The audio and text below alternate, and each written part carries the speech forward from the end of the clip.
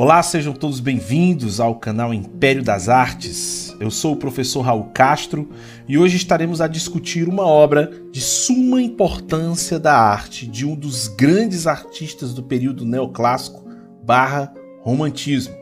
Estamos a falar novamente de William Adolph Bouguereau, que já teve obras como Dante, Virgílio no Inferno e Pietà analisadas aqui em nosso canal.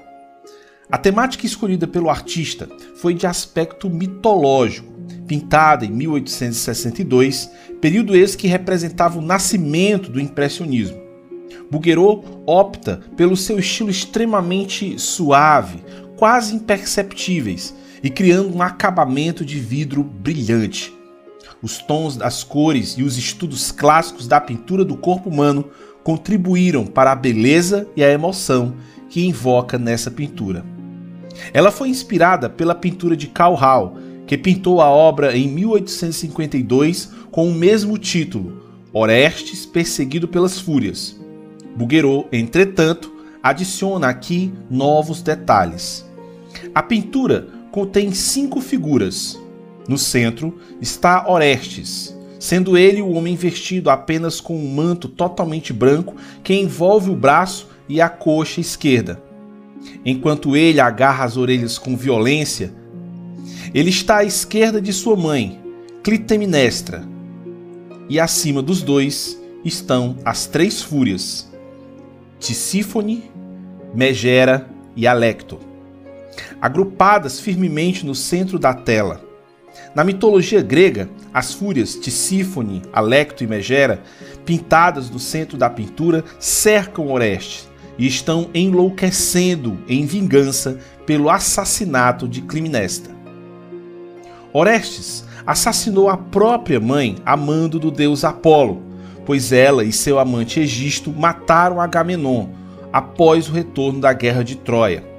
Após enfiar a adaga em sua mãe, Orestes teria entrado em pânico e em estado de loucura, e como cometera matricídio, foi ainda perseguido pelas fúrias, no grego conhecido como Erinhas. A dor causada por suas ações e os gritos das fúrias contorcem o rosto de Orestes em dor e agonia. Clitemnestra, mãe de Orestes, está na extremidade esquerda da tela e com a cabeça jogada para trás, seus longos cabelos castanhos caindo por suas costas, ecoando o longo manto vermelho sangue que cobre a metade inferior de seu corpo e continua a fluir ao longo do chão em direção ao canto inferior direito da tela. A fúria mais à direita apoia a parte superior do torso de Clitemnestra. Ela ainda não está morta. Sua palidez é de uma pessoa sobre o véu tênue entre a vida e a morte. Todas as fúrias mostram raiva, vingança e violência retratadas em suas expressões faciais e gestos. As fúrias, ou Erinhas, também eram chamadas de Eumênides, ou muitos usam de eufemismo chamando-as de benfeitoras. Elas moravam no Érebo e sempre são representadas com cabelos entrançadas de serpentes com chicotes ou tochas. Eram consideradas as protetoras da ordem social. Castigavam os crimes que perturbavam a ordem social e principalmente a família. Fustigavam e perseguiam com tanta feracidade suas vítimas que eram odiadas até mesmo por Hades. A da direita da tela é Alecto, a implacável, eternamente encolerizada.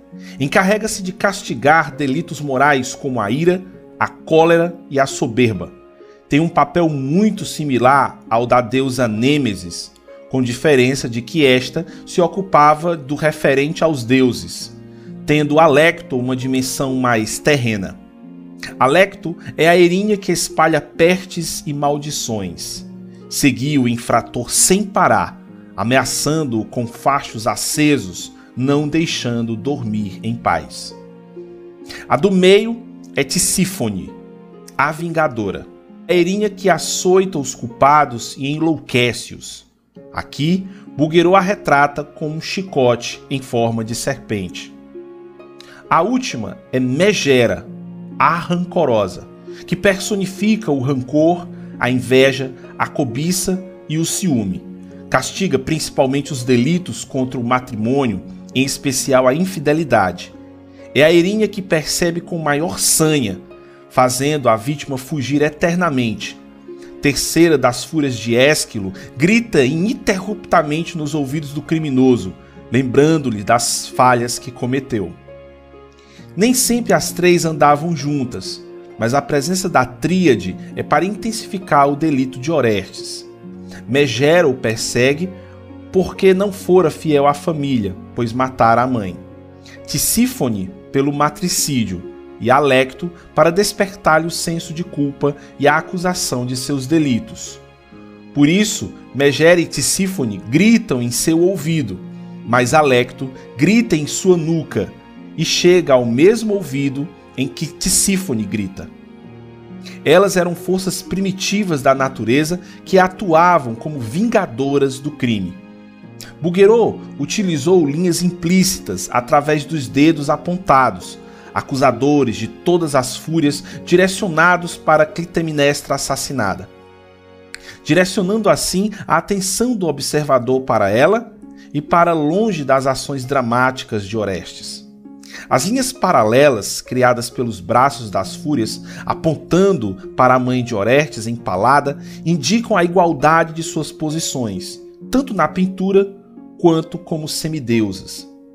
A própria mão e braço de Clitemnestra criam uma outra linha implícita, agora na direção oposta das fúrias, apontando para a adaga em seu peito e, portanto, o crime.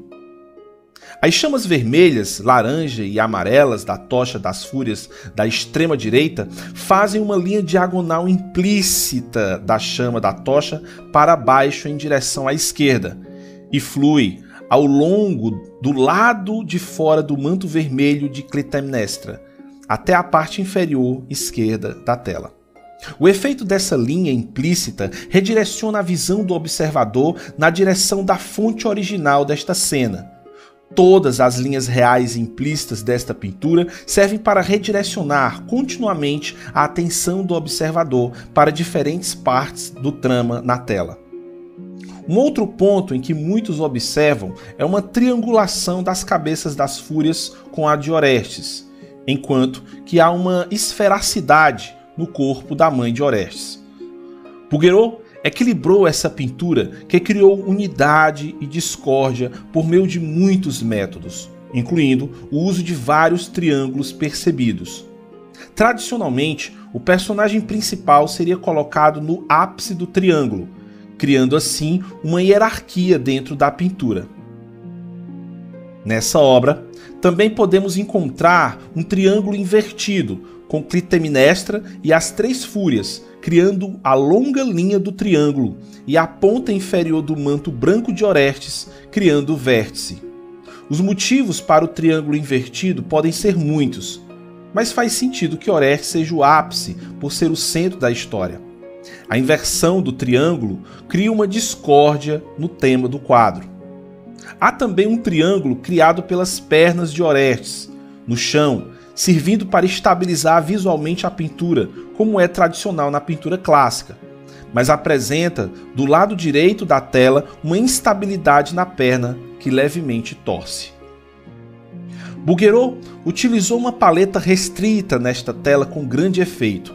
As principais cores utilizadas pelo artista foram o vermelho, o azul ardósia, o marrom e uma pequena quantidade de amarelo e laranja. O uso da cor favorece as características desumanas das fúrias, com um tom de pele azulado em cinzento e pálido de Clitemnestra, em comparação com o tom de pele aquecido pelo sol de Orestes. O uso do vermelho nas roupas da mãe assassinada serve para criar um ponto focal dramático e uma forte emoção no observador, à medida que flui pelo lado direito da tela de forma muito semelhante ao sangue escorrendo pelo peito da adaga que a empalou.